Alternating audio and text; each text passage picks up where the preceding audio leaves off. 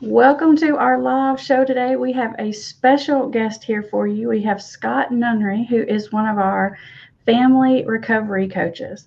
And Scott has the professional and personal experience he's going to share with you. He's got two sons who have struggled with addiction, sort of are on their journey in recovery. He's got a lot of wisdom to share. Now, today's topic is it's a little bit of a heavy one, but I know that it is very much needed. Scott's going to talk with us about making it through those darkest days. You know, when you have a loved one struggling with an addiction and you care for someone who's struggling like that, there are days where it just feels like, is it ever gonna get better? You know, are we ever going to turn the corner? You know, am I going to have to live with this fear every day? And I know that that's something that you have faced, that maybe you're facing right now, even today. And Scott's got some wisdom he's going to share with us on that about how to find the hope. You know, how do we get through those toughest, darkest moments? So Scott, jump in there, and I'm gonna let you lead us through this. This is a tough one. Yeah, I thought I'd start out, Amber, in asking you and obviously the people that are with us today if you know what a boat is. And a boat, the spelling BOAT. What do you think of when somebody asks you what a boat is? Well, I think of a pontoon boat because I always want a house on the lake. That's that's my dream thing. That's what I think of. Exactly. Well, I hope not many people on with us today know what it is, because there's a different term that they use for boat when someone's in jail.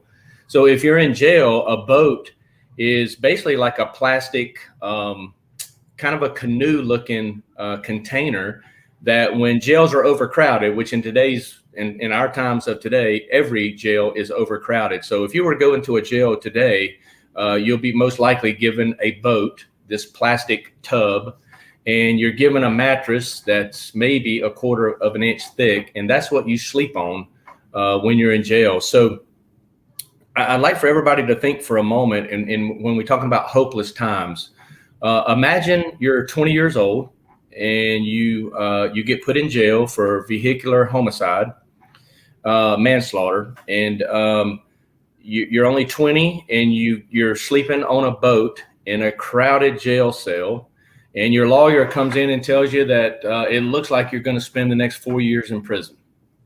And you're only 20, and so that's about a fifth of your life if you're thinking about it, that, oh my God, I'm getting ready to spend the next 4 years in prison.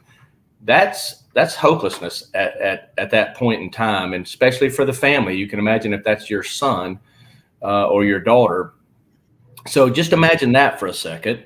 Imagine that you're kind of in a meeting like we are today, with a parent meeting possibly, and you're trying to learn more about how to handle this, and your phone's buzzing in your pocket.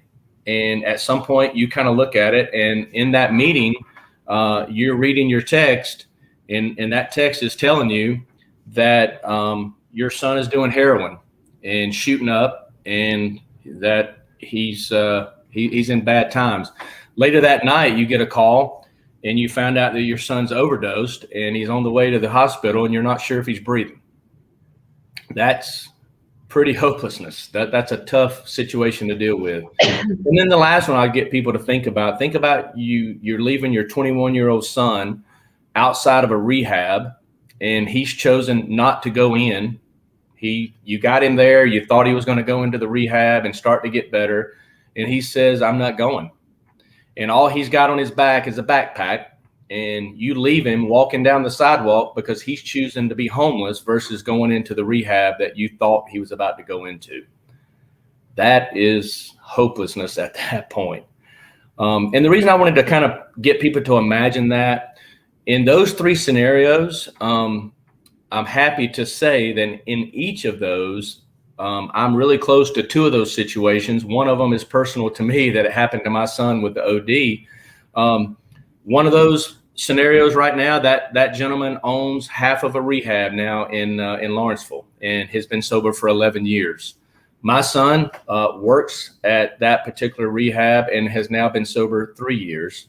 And then the other gentleman that I talked about has been sober 2.5 years and works at a rehab as well. So those 3 guys in a hopeless situation found a way to come out on the other side.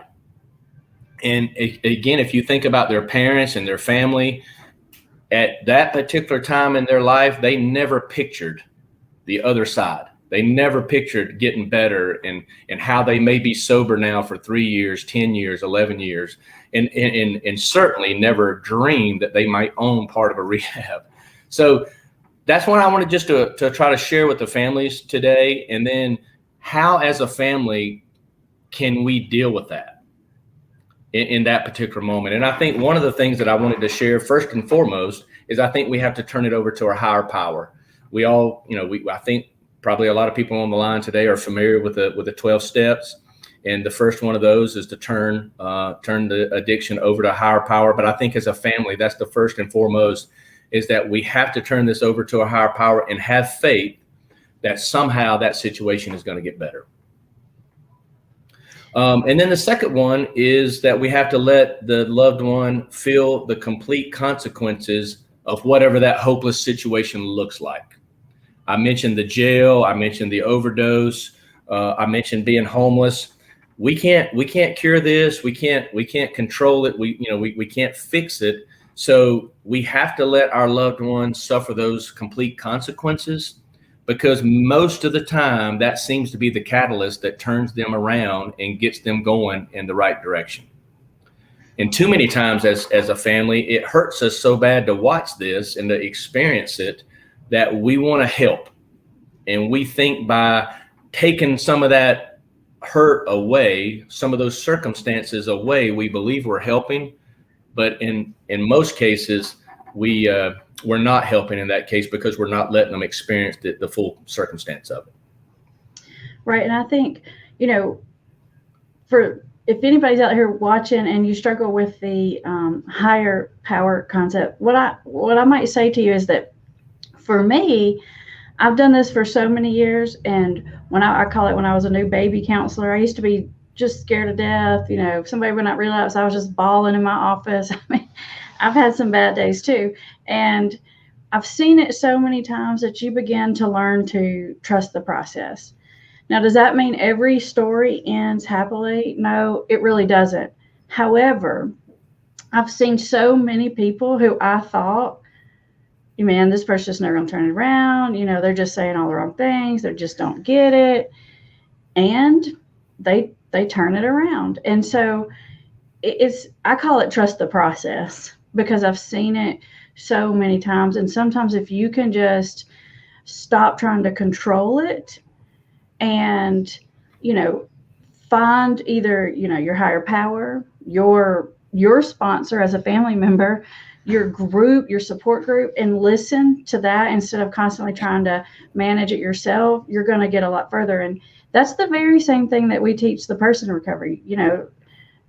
One of the first things they have to learn in recovery is stop trying to control it, because that's what they try to do. They try to manage the addiction, and the family tries to manage the person, and it's just around and around we go. It's like a merry-go-round that you can't get off of. And at some point, it's a faith step of some point. It's a step back, listen to what other people who've gone before me are saying, even if it feels scary, and take that leap. And I think that's huge, Amber. The family group concept, that was the third thing, is certainly we encourage people to join a family group, whether it be Al-Anon or whatever parent group that you've got locally. You should have several choices, but you need to be part of a family group to be able to hear to hear successes like I just shared, because it was so important to me when I was in it with both of my sons, is that at times you think it's never going to get better. And you think, because both situations were fairly bad. You almost think your situation is the worst. Well, when you go to some of these groups, you'll find out that there's many worse situations than yours. That's number one. And you can experience those when those other families share. And you find out that there's worse situations where their loved one got better. So it's like, it gives you hope to say, okay, well, wow, these other families, saw some success, and maybe it can happen to me. And I think that's very important. And the fact that they understand and they'll listen and they won't judge. And I think all that's important. So I think family group is huge. Mm-hmm. It really isn't. And it's funny because I find that, most families that we see, they want their addicted loved one, they want them to go to some kind of meeting, right? They just hound them. They say, you can't live in this house unless you go. Yeah. But trying to get the families to go to a meeting is like, they really don't want to. They're worse. It's harder to get the families to go sometimes than it is the person with the addiction. So if nothing else, lead by example, Exactly. And what you'll find is that your addicted loved one will notice that you're going to a family meeting, and that means more to them than they may not communicate it to you at that particular time, but they'll certainly, and I think it's important to that you're not only going to support them, but you're going to work on yourself as well. Not only do they have work to do in their recovery, but we certainly as family members, it's a family disease. So we have our role in it, and we have to figure out what that role is and how I can best play that role to help support this. I might need to be doing something that I'm not doing, or I may need to be stopped doing some things that I'm doing, but certainly we play a role in it. And by going and working on ourselves, I think shows them that we're committed to the process. Right. And it's just like, you don't want them to just go just because you're making them go. You want them to really work the program, to work the steps, to do what their counselor tells them to do. If you want them to take a leap like that, you take a leap like that, because, like Scott's saying, sometimes just watching you do that, you're shifting the dynamic, which can help shift the dynamic with them. But, you've got to do it for yourself, regardless of what's going on with them. It's just that the chances of them doing it go way up when you start making, when you start making the changes, the chances they'll make changes really, really go way up. Scott, we've got a comment on here from Matt, who is giving us a little bit of sad news. And Matt says that his 32-year-old lawyer son just lost his battle. He accidentally overdosed. And I know that strikes home because in our family group, the one that Scott runs, we recently had a loss like that. And I know that my heart's heavy today, and Scott's heart's heavy today, and Matt's talking, and he has a suggestion. He says his suggestion is that after studying things for 4 years, find a way, any way possible, to get the addict into understanding their childhood trauma. Yeah. It hurts our heart, and we're not trying to say that every situation comes out the way that we want it to. But at some point, you have got to sort of do what we call sort of turn it over, hand it over somewhere, somehow. Yeah, I totally agree. We don't know the answers to some situations. We don't know why things happen. Our hope is that there a higher power has some kind of bigger plan that we may not understand at the time. And I honestly think that's a way to help get through it, but it's still tough. Like you said, we certainly have a heavy heart today for a family member in our family group. And that was I guess one of the last things I wanted to share is I think it's important to have hope, but it's also important to kind of live in reality and to understand that it might not always work out the right way. And certainly, because we can't control our addicted loved one, we can certainly try to offer all the help in the world, and we can try to support them and guide them and help them as much as possible. But at the end of the day, they play a role in it too. And if they don't choose to go down that path, sometimes it doesn't end well. And I'll just share a story that I think is hopefully might help somebody that's going through a bad situation like Matt just described. My daughter got into a car wreck a couple of years ago, and her boyfriend at the time, he got thrown out of the vehicle and he got killed. And she luckily made it through, had some really rough injuries, but she was lucky. And but in that situation, trying to understand how that family was dealing with the loss of their son, it was hard to understand. It was hard to understand how Emily made it through and he didn't. But over the last couple of years, just seeing, he ended up donating his body, all his organs and skin and everything. And right now he's touched over 50 other families that he's helped either by donating, by their skin helping or their organs. And one crazy story is that since then, she is now engaged to another guy, and this guy's mother is a teacher, and she's a teacher at a college. And so at the beginning of the year, she asked her students to write a little story about themselves and just share. She wants to get to know them. So this year, one of her students wrote a story about how he was 19 years old, and his liver, he had some kind of liver disease, and that he was going to die. He was in so much pain for so long, he wanted to die. So he had told his dad on a Wednesday that, it just doesn't look like I'm going to get a liver. I'm tired of this. I just wished I could leave this, this world. Well, the wreck happened on Friday night, and lo and behold, this guy in her class got Taylor's liver. And he was explaining the situation to her, and she was like, "Oh my God, that's my son's fiance." And just to hear that story, and this kid now is going on to be a doctor, and it literally saved his life. So I know that doesn't ease the pain to Taylor's family, but I think it does help realize that somehow sometimes there's this greater plan that for some reason, maybe it was meant to be that he helped all these other people, and he just had to, be part of that process. But hopefully that story helps. It certainly shines a little bit of light at the end of the day that look at all these families that he's helping. So. Absolutely. And I think too, Scott, if you're struggling with the whole trust the process thing, which I totally get, I struggle with it myself a lot of days, I want to get in there and control just like anyone else. Yeah. I think, one of the things that you can ask yourself if you're watching as a family member here is you can say, like, if I weren't trying to control this, how would I interact with my loved one differently? And if something did happen in the end, who is it I want to be? How do I want to have interacted with them? And so long when we're trying to control it, we engage in this power struggle with them. We show them our worst sides of ourselves.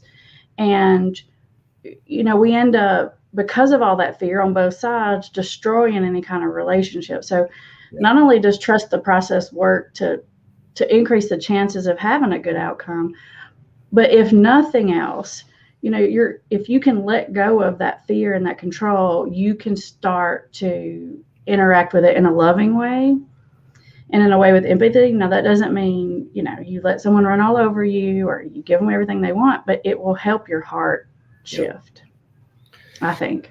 I totally agree. And I'll share this. Last night in our group, obviously, was a tough night because we were all processing the news of the family losing their son. And one of the dads was vulnerable enough to share, and he said, and I felt the same way he has felt before, but he said, I have thought at times that it might be easier if my son, did pass away, that take away the pain from him, take away the pain from the family. And if you've been in those tough situations, I think you know exactly what I'm talking about, because I've had those feelings before. But he said last night, obviously, when you deal with something like this, it kind of brings you back to the fact of, I don't ever want that to happen.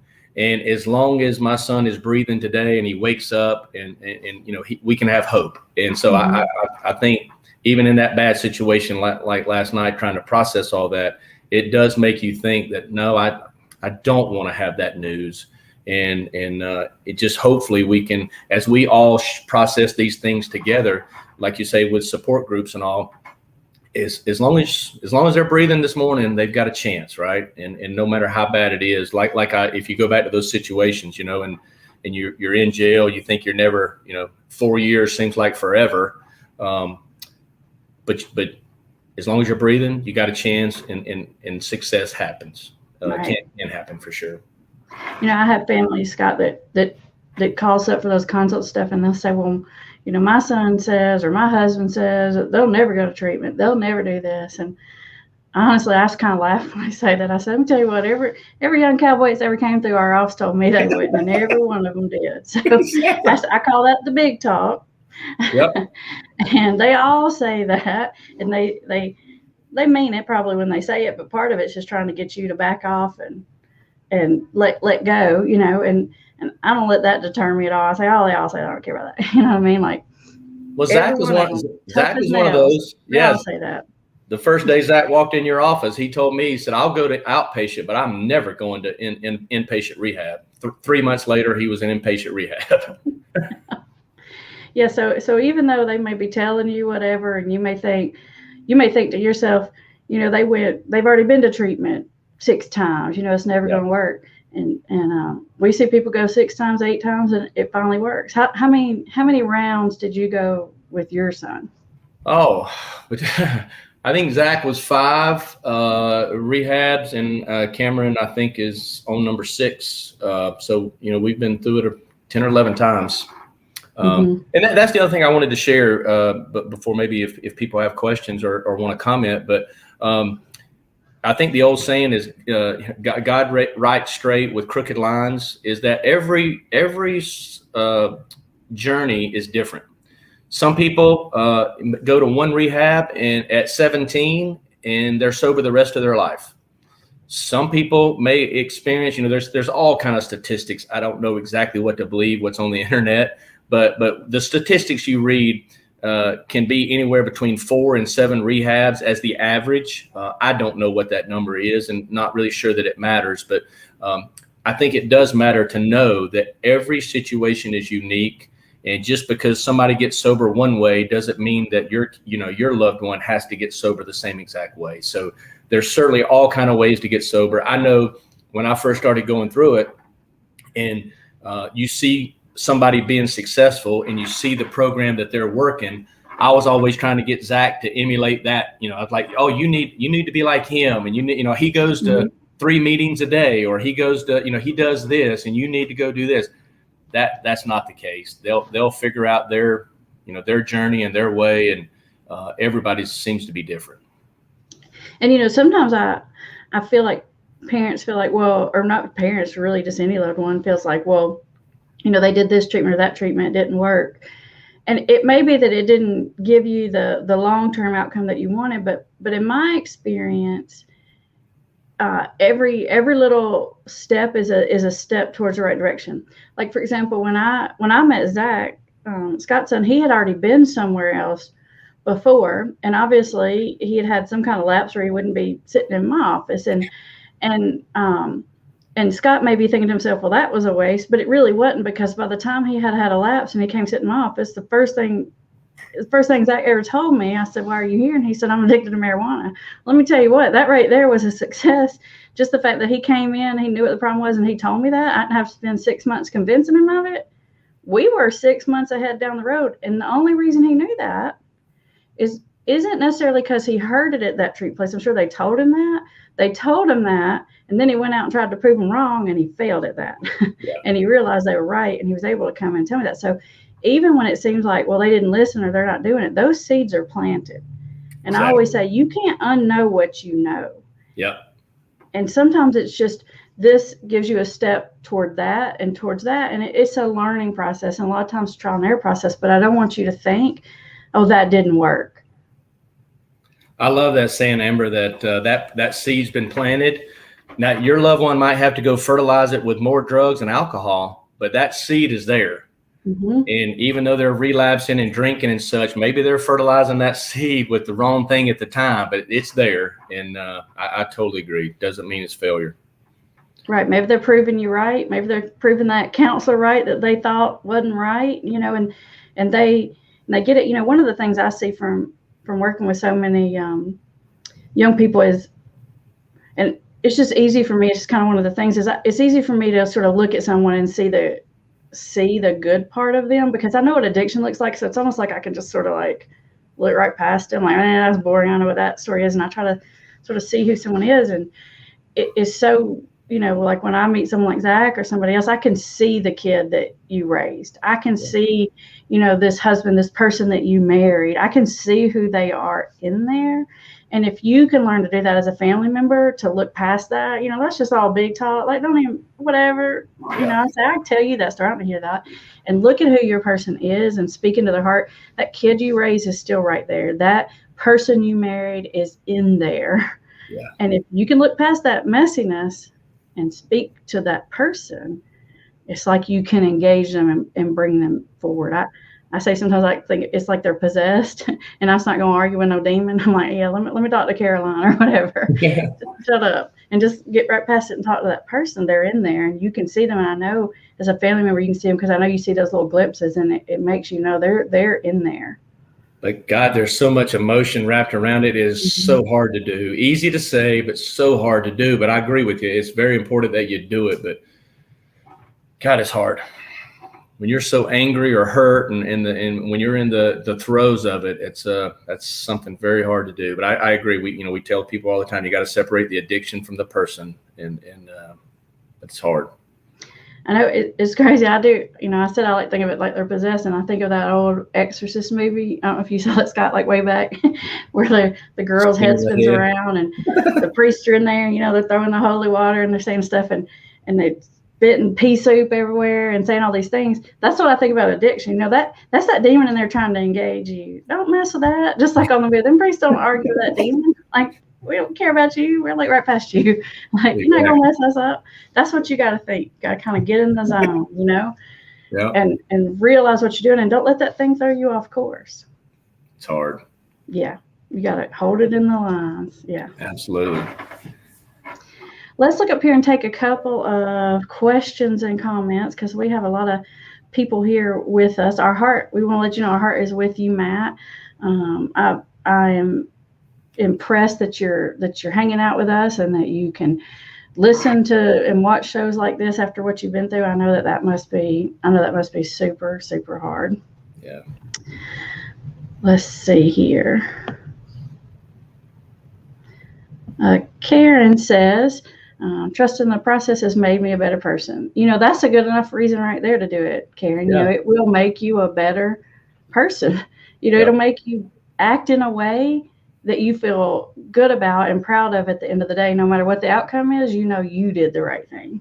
Yep. So we talk about there's obviously so much bad about addiction and so much hurt and troubles and all that, but you got to take the good out of it as well, right? And that's why when we're talking about when you're going through the process and you're working on yourself, I certainly have become a better person. So I totally understand what she's saying. It's you got to take the good part of it.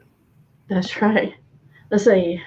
Hope Faith Terry says, my teenage son was admitted yesterday to an inpatient facility. Any recommendations on what things to do for him at home? What about when he comes back? His friends are a big issue in his recovery.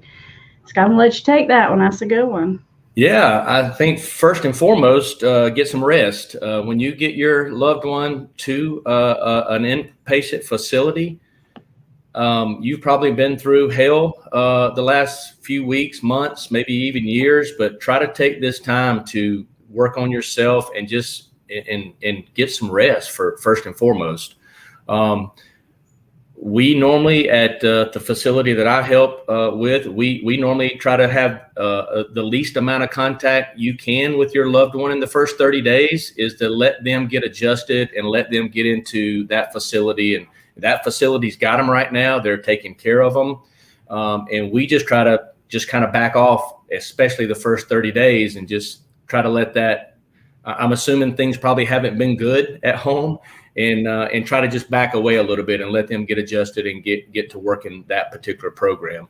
And that's great advice, Scott. And I didn't put it up there, but Hope said that he's 14. And one of the things you can expect if he just got there, somewhere between now and the next 2 weeks, maybe today, maybe tomorrow. But if he is allowed to contact you, he's probably going to start working on you to bring him home.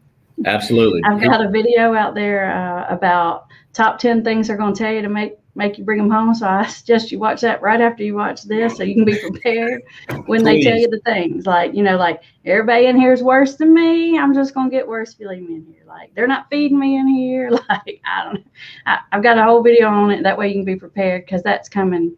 That's coming too. The first one he's going to say is, oh my God, you put me in here with all these crazies. I'm fine. I was just smoking a little marijuana, but these people are real drug addicts. Yeah.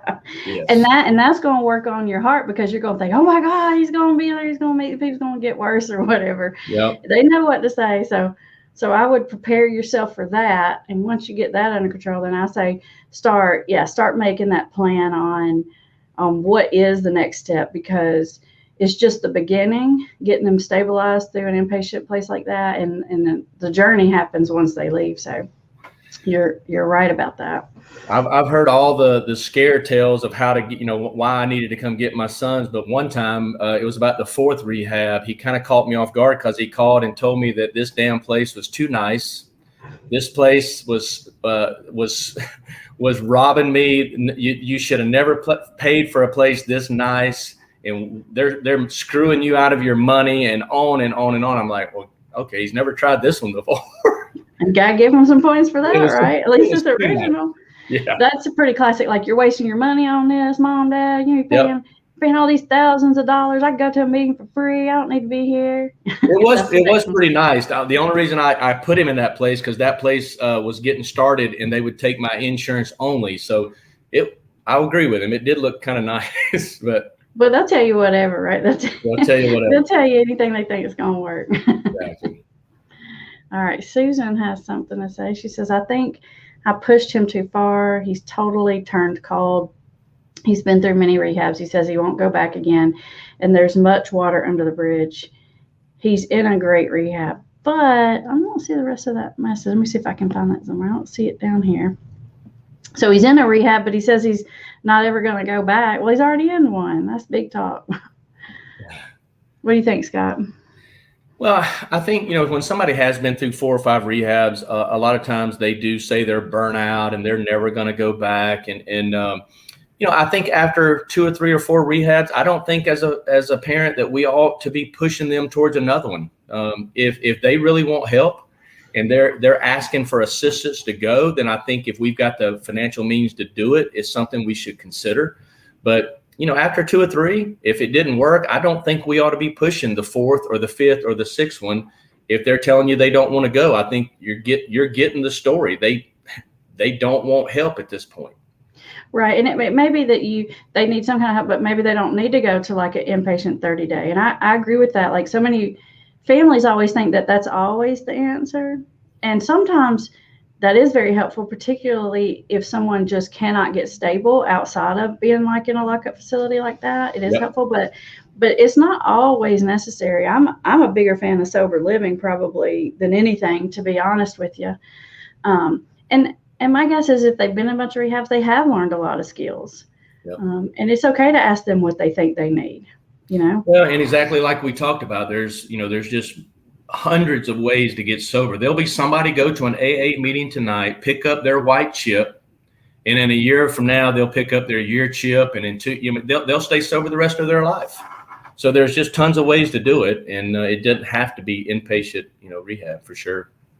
Where I think the thing to focus on as a family is focus on the influence you have over them, focus on the change of heart in yourself and in them.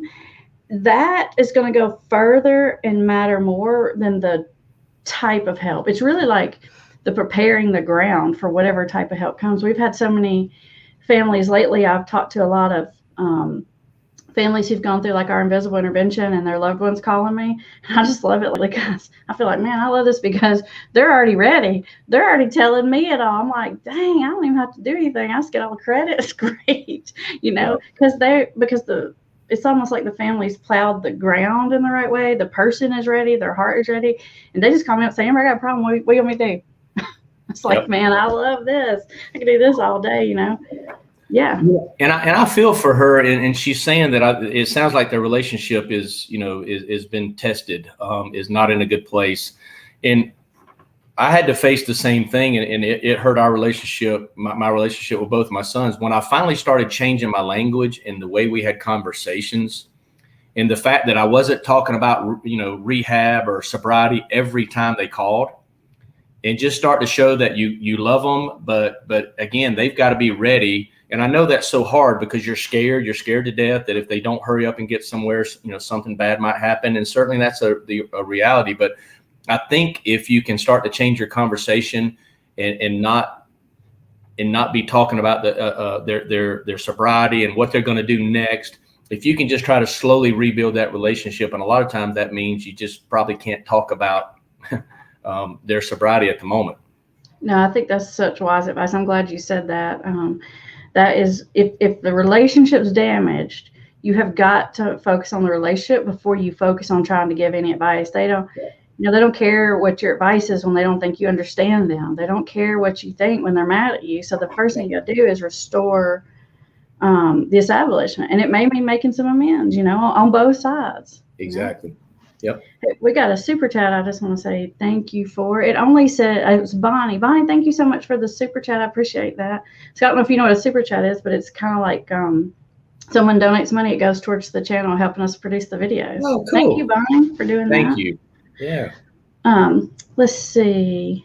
We have Tara on here who's got something. This is the conversation I need to have at every meeting I go to. At the end of the day, this is what loved ones of someone with a substance use disorder needs to hear. Thank you, Tara. I'm glad this is helpful. This is helpful for you. Right. Let's see here.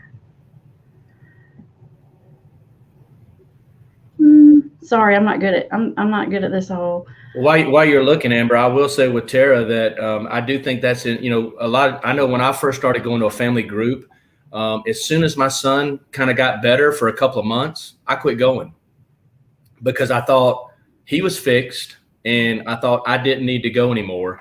And of course, the journey's gone over several years, but after a quick relapse, and then I would go back, then I realized that kind of like what she said, kind of regularly, I think you need to get this stuff reinforced and hear it, and because it takes a while. But to think that we can go to a couple meetings and all of a sudden it's over is. That's so smart. What would you say if your loved one told you, I went to 2 AA meetings, I'm good? Yeah. You'd be freaked out when you're like, no, you better go every day. You're doing 99. You'd say all that stuff. It's the same thing. We gotta walk the walk. Yeah. So Joelle says, Amber told us that we, the power we had with our addicted loved one was in the relationship. It was spot on and proven to be true. We thought we were powerless and hopelessness at the point, and she pointed out the obvious that we didn't see. Yep. Joel, how I learned that? It wasn't through being an addiction counselor. It was through being a school teacher. Isn't that silly? I had all these ninth graders sitting in my room. I was trying to boss them around. They wouldn't listen to anything I had to say. And I just had to learn that the hard way. I got called a B word every day for a year until I figured out I better do something else other than think I could boss these kids. They were smarter, more street smart than I was for sure. I learned that from being a school teacher. Yeah. Get people to do what you want them to do by having a relationship, trust, respect, care. Mm-hmm. It is amazing when you stop trying to control and just show that you care and show that empathy and love. It makes a difference. When you balance that with what Scott was saying at the very beginning, which was allow the world to do that job, right? Yeah. You be the spouse, you be the mom. That doesn't mean you do everything. You be the dad, you be the brother, the sister, whatever. And allow the world to do the hard job of the bad cop. That is the combination that we've seen work over and over and over again. Exactly. Yeah. All right, let's take one last one up here. Shannon says, I'm grateful my daughter found your channel. She's finally free after 6 years. Wanted you to know that she finally got clean after she got off all the psych meds first. Has anyone seen this happen? That whole psych med thing is a tough one, Shannon, because by the time people get to us, they've been diagnosed everything under the sun, right? Because they're not acting right. They look like they're bipolar, and they look like they're schizophrenic, and they look like they're personality disordered, and sometimes they do have those. A lot of times, if you get the substance abuse problem fixed, a lot of that goes away. I don't want to diminish anything with any underlying condition, but what I'm saying is you got to be careful giving someone diagnoses that have all these substances they're putting in their body. We see it all the time. I would say probably 60 to 70% of the men that come through Purple come out taking less drugs than when they came in, and prescription drugs. So they come in and they've got every disorder in the book.